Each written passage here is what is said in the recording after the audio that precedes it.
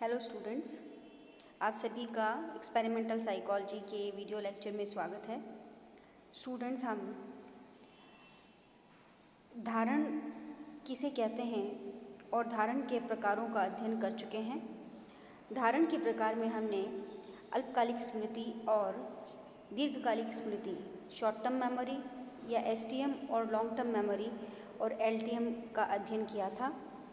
Short term memory या STM को major करने के लिए या उसको अध्ययन करने के लिए हमने कौन सी विधियां होती है इसके बारे में जाना था। शॉर्ट टर्म मेमोरी या एसटीएम की अध्ययन की हमने दो प्रयोग प्रक्रियाएं बताई थी, जिसमें से पहली प्रयोग प्रक्रिया थी उचाट विधि या डिस्ट्रैक्शन टेक्निक। इस विधि में हमने बताया था कि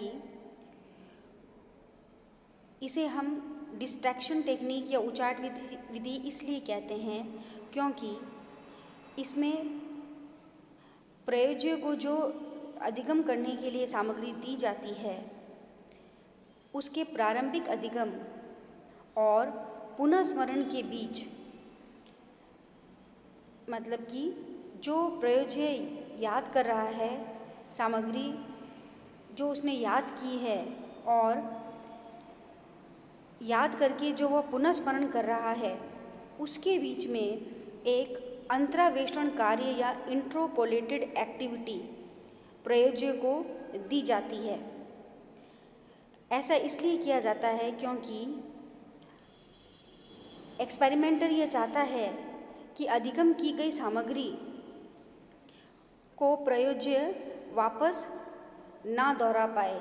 इसलिए कुछ इस तरीके के कार्य प्रयोज्य को दिया जाता है अधिगम और पुनः स्मरण के बीच कि जो उसने अधिगम किया है उसे वह पुनः नहीं दोहराए।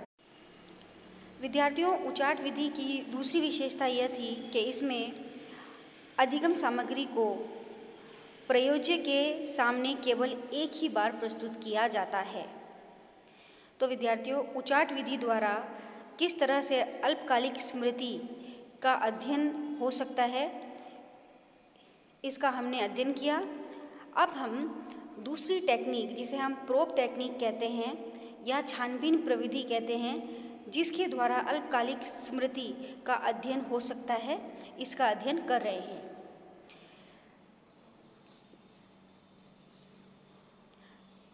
विद्यार्थियों, छानबीन प्रविधि या प्रोब टेक्निक का उपयोग अनेक मनोवैज्ञानिकों ने, जैसे कि मर्डॉक ने 1961, पीटरसन ने 1962, वॉक और नॉर्मन ने 1965 में अपने अध्ययनों में किया था। इस विधि में प्रयोज्य के समक्ष विभिन्न पद लगातार प्रस्तुत किए जाते हैं। जैसे यदि हम प्रयोज्य को कोई नंबर ऑफ वर्ड्स की या शब्दों की कोई सूची याद करवाना चाहते हैं, तो इस विधि में प्रयोज्य के समक्ष हम क्या करेंगे, ये जो सूची के शब्द हैं उनको लगातार प्रस्तुत करते हैं। लेकिन प्रत्यावहन का परीक्षण किसी भी एक पद के लिए किया जाता है, पर जो रिकॉल करवाना है हमें या पुनः स्मरण करवाना है, उसके लिए सिर्फ एक ही पद का प्रयोग किया जाता है। जैसे कि 10 शब्दों की सूची है तो हम प्रत्यावहन सिर्फ एक का ही करवाएंगे और प्रयोज्य को ये नहीं पता होता है कि उससे किस पद का पुनः स्मरण कराया जाएगा। और इस विधि में क्या होता है कि अगर हमने 10 शब्द याद करवाए हैं तो 10 में से कौन से शब्द का हम पुनः स्मरण या प्रत्यावहन करवाएंगे या रिकॉल करवाएंगे, यह हम प्रयोज्य को पहले नहीं बताते हैं। जो पद प्रस्तुत किए जाते हैं उनमें सार्थक शब्द, निरर्थक शब्द, युग्मित सहचर्य पद आदि किसी भी प्रकार के हो सकते हैं।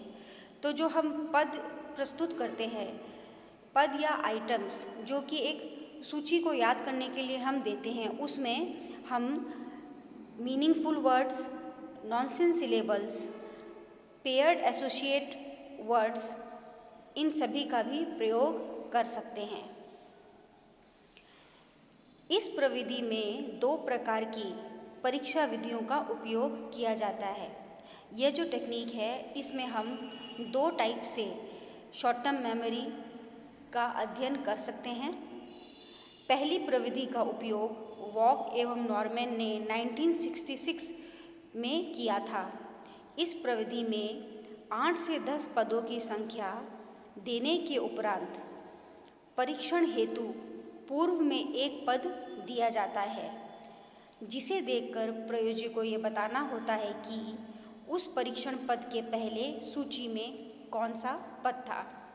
तो विद्यार्थियों, जो ये प्रथम प्रविधि या टेक्निक है, इसको वॉक और नॉर्मन ने प्रयोग में लिया था और इसमें उन्होंने क्या किया था कि एक 10 शब्द की सूची बनाई और इस सूची में उन्होंने प्रयोज्य को कहा कि वह इस सूची को याद कर ले और इस सूची में से उन्होंने कोई भी एक शब्द बोला कि इस शब्द का आप पुनः स्मरण कीजिए कि इस शब्द से पहले सूची में कौन सा पद था।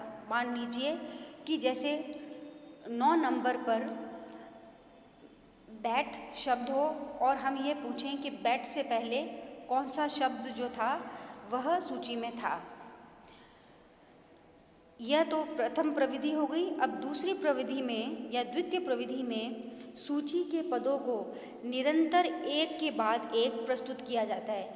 कंटिन्यू हम एक के बाद एक जो सूची में पद हैं या आइटम्स हैं या हम कह सकते हैं वर्ड्स हैं, उनको हम प्रेजेंट करते हैं प्रयोज्य के सामने और प्रयोज्य को पूर्व में ही निर्देश दिए जाते हैं कि जब भी कोई पद दोबारा से उपस्थित हो तो आप उसे बताएं।